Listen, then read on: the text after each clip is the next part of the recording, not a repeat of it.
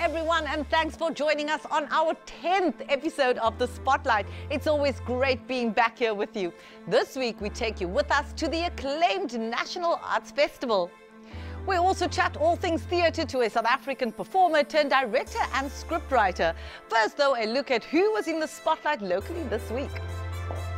And taking full advantage of the Western Cape's icy conditions recently was SA celebrity chef Siva Mtongana and her family. She ventured from her usual toasty kitchen to the freezing snow.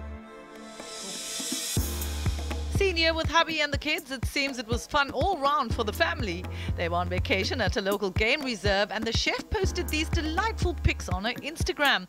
One of the captions read, "Our first time experiencing full-on snow as a family in our own country." Well, it certainly looks like a sweet Tongana fairy tale. And things are going swimmingly for one of South Africa's hottest sportsmen. Cameron van der Berg jetted off to Greece to say his I-do's. The Olympic star posted this pic with fiancé Nefeli Falakeles on social media hours before the big day. Clearly head over heels and more than ready to tie the knot. While the couple's not posted too many official wedding pics yet, some of the guests just couldn't hold out, taking to Instagram to share their wedding moments. Judging by the pics, it looks like the wedding day most girls would dream of. Huge congrats to the pair. And from wedding bells to baby bliss, local TV presenter Katlego Mabu has become a dad. The doting new father shared his delight via Insta with this pic. His baby Phoenix and mommy Monique Muller's hands intertwined and captioned, "It is with utmost humblest joy that we share the news of the arrival of our son." Well, we can't help but feel the joy too looking at these photos. This year's Arts Festival in Grahamstown is abuzz with hundreds of new works that disrupt, challenge and question. We were there to shine the spotlight on artists who use this platform to give silence a voice. That's the theme for this year's festival. A slight facelift has reinvigorated the Arts Festival.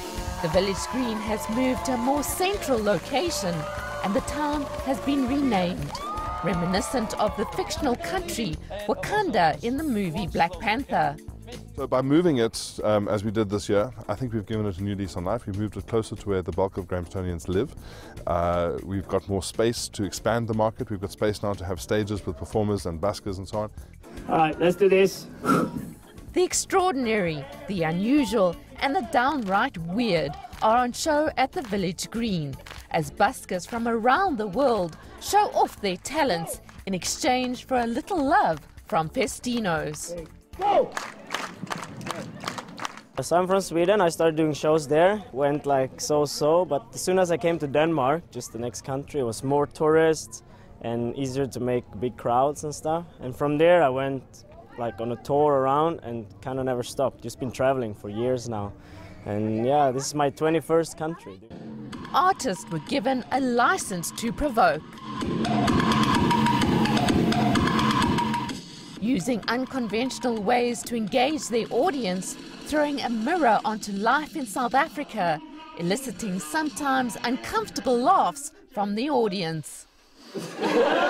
Brad and I, we both grew up being dancers and sort of stereotypical going through high school, being mocked, being teased, you know, the stuff that sadly does still happen. Things are changing, but it is still a problem. And we decided to create a comedy show where we make hip-hop cool and manly. Anger, hatred, self-pity takes all of you. Interpretations of the core theme abound as directors like Mwabisa Plaiki give a voice to students who are suffering post-trauma after the fees must fall protests. This is a year later, so I was aware of people that were expelled. I was aware of people that had to repeat a year because they failed their year. I was aware of people that were left traumatized and went back home and couldn't come back to UCT. And so I started to engage with my own trauma. But some feel the festival has fizzled out this year.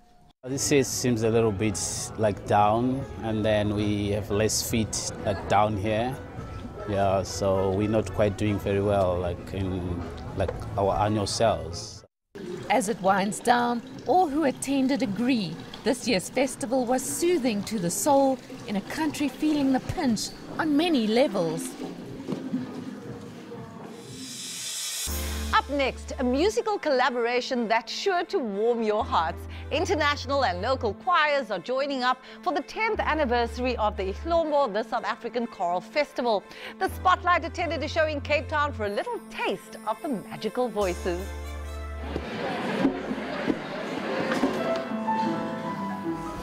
Concerts and more than 20 different ensembles is what this year's Ihlombo Choral Festival promises.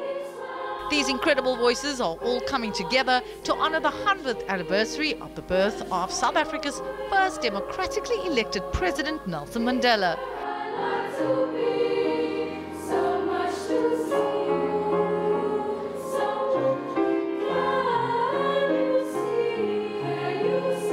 The event allows both local and international choirs to sing together. This will be our first time that we are actually participating in an international choir event. The festival features, among others, performers from 5 different major American cities, including the Children's Chorus of Washington.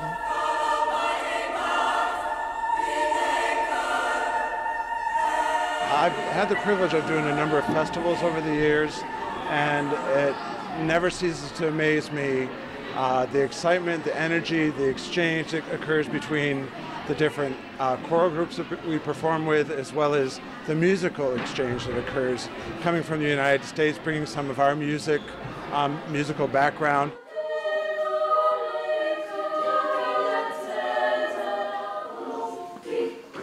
This concert in Cape Town is one of many that will be hosted across the country. So it's no surprise that these choirs from Kensington and Kenmere primary schools in the mother city kick-started the celebrations.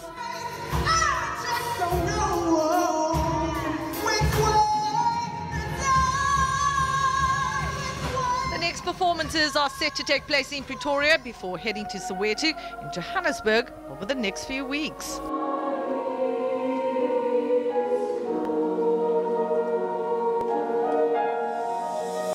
It's time to head across our borders now. Let's see what international highlights the lovely Lindiwe has up her sleeve. Idris Elba is not only just handsome and a Hollywood actor, he's also an owner of a recording label. He recently launched 7 Wallace Music. The label has already signed its first artist, French hip-hop musician James BKS. Elba has described his company as a small indie label. His recording artist has previously worked with rappers Diddy and Talib Kweli. He's also composed music for adverts for Prada and Armani. Sir Elton John can't seem to get enough of Nakane. A few months ago, he featured the local musician's song Clairvoyant on his show on BBC One, and now he's spoken to him on the show. They spoke about the Nxeba star's childhood, being black and gay in Africa, and his music. Here's a snippet of that interview. Well, listen, we've been playing your music. We love your music. Thank you so much. And just looking at your biography and seeing what you've been through, you're quite an amazing guy. You won Best Actor in a Film at the Durban International Film Festival. You've written a book called Piggy Boys Blues, and you make beautiful music. I think being queer anywhere in the world is difficult, but then there are certain spaces that are more concentrated in the difficulty. Yeah, well, and as much as our constitution in South Africa is really liberal, the real world is a different space sometimes. Insecure actress Issa Rae is coming to South Africa. She'll be here in August for the In Good Company experience. This is a woman empowerment program which will be hosted in Sandton. Let's end this off with a good laugh. Here's a behind-the-scenes video of Trevor Noah making fun of the World Cup commentators. He looks at the differences between Latino, British and American commentators. Check this out. The British commentators give you context. It's very chilled out. They'll be like, and here we are, Brazil up against this amazing team that has come a very, very long way. And we look at how they're playing. Switzerland, really good defensively. And the ball will be moving. They'll be like, Neymar on the ball.